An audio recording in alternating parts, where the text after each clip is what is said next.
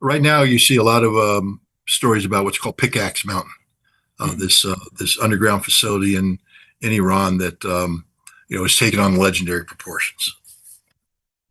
And the money is that Iran's 60% enriched uranium is it is in Pickaxe Mountain, and that Iran has centrifuge capacity to continue enriching in Pickaxe Mountain.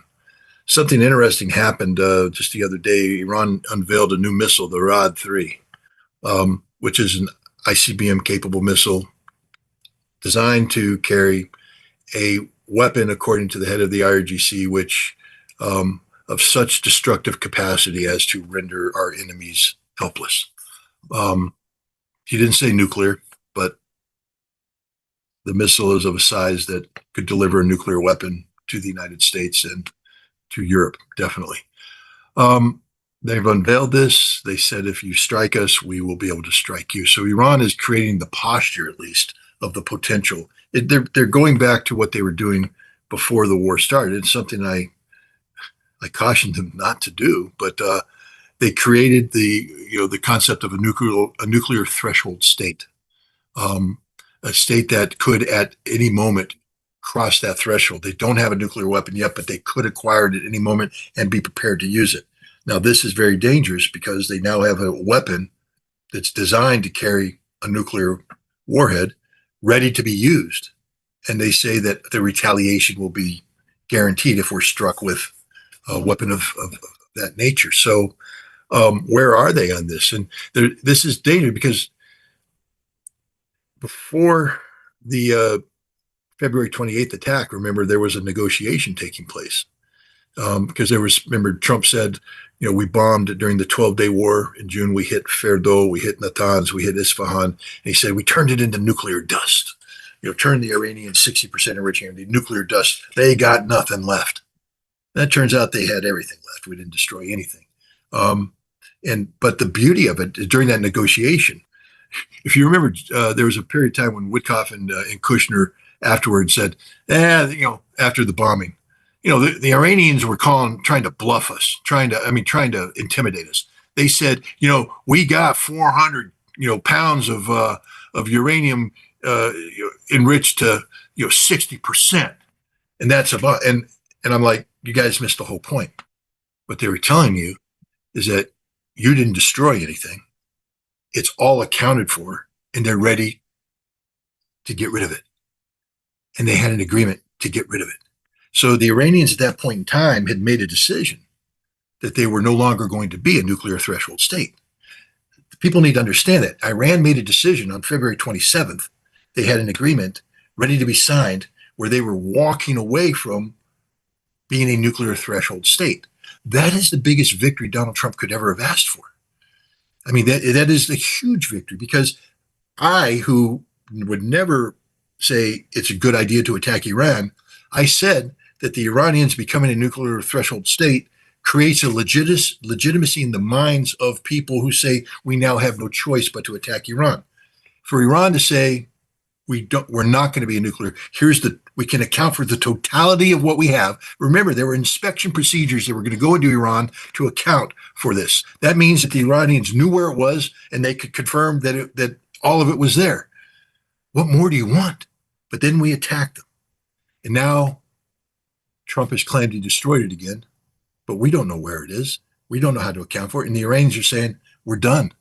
We're done playing this game. We're not talking to you about this anymore. We don't trust the IAEA.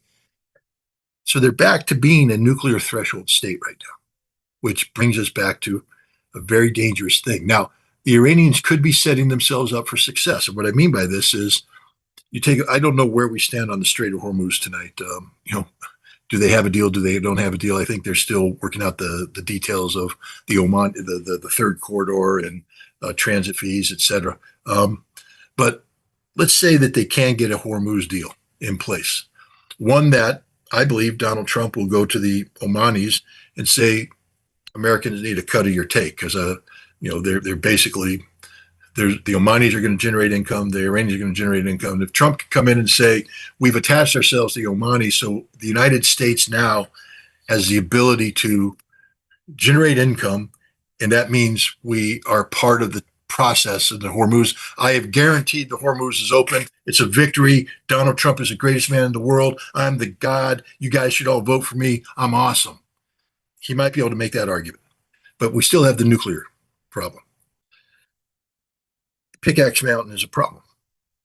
Donald Trump, I don't believe, can have an agreement that walks away with Pickaxe Mountain there and the 60% enriched uranium unaccounted for, et cetera.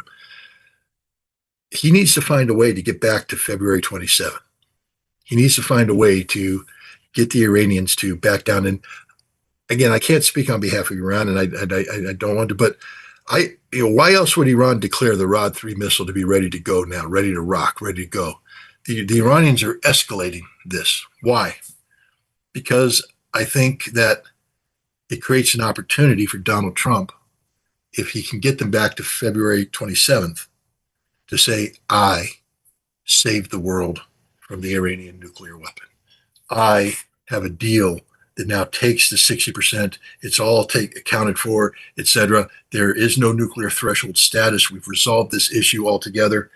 And then he can walk away because now he has the two big victories. He can say, I solved the Strait of Hormuz problem and I solved the Iranian nuclear problem. But if you don't have a solution for this nuclear program, Donald Trump can't walk away. Politically, he can't walk away. So then what is the answer? What if the Iranians won't go to February 27th? What does Donald Trump do? Because he's looking at disaster in the midterms, staring him right in the face. He doesn't have the conventional capacity to compel Iran to do anything. It's just the opposite. Iran can destroy everything. Would he use a nuclear weapon against Pickaxe Mountain? Now, in the past, when according to media reports, when he's asked the Pentagon to prepare nuclear strike plans against Iran, the Pentagon said no, unconstitutional order. There is no justification for this. Pickaxe Mountain changes that. Pickaxe Mountain now becomes a nuclear threshold capacity. Iran's creation of the ROD-3 missile declared creates the potential delivery. And so now there is a scenario, I believe, where the Pentagon could actually say, yeah, this one we can actually, we can consider acting on. Would Trump order nuclear weapons to be used against Iran? He's desperate. I mean, this is not the Russians have determined that Donald Trump is emotionally unstable. And so I think that it's inherently possible that he could do this.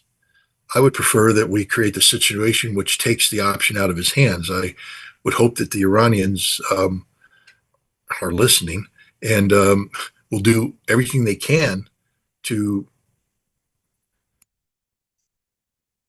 prevent the possibility of America using nuclear weapons against Iran. Iran at one point in time thought it was a good idea to sign a deal back on February 27th. And I know everything changed, the betrayal of the United States, et cetera.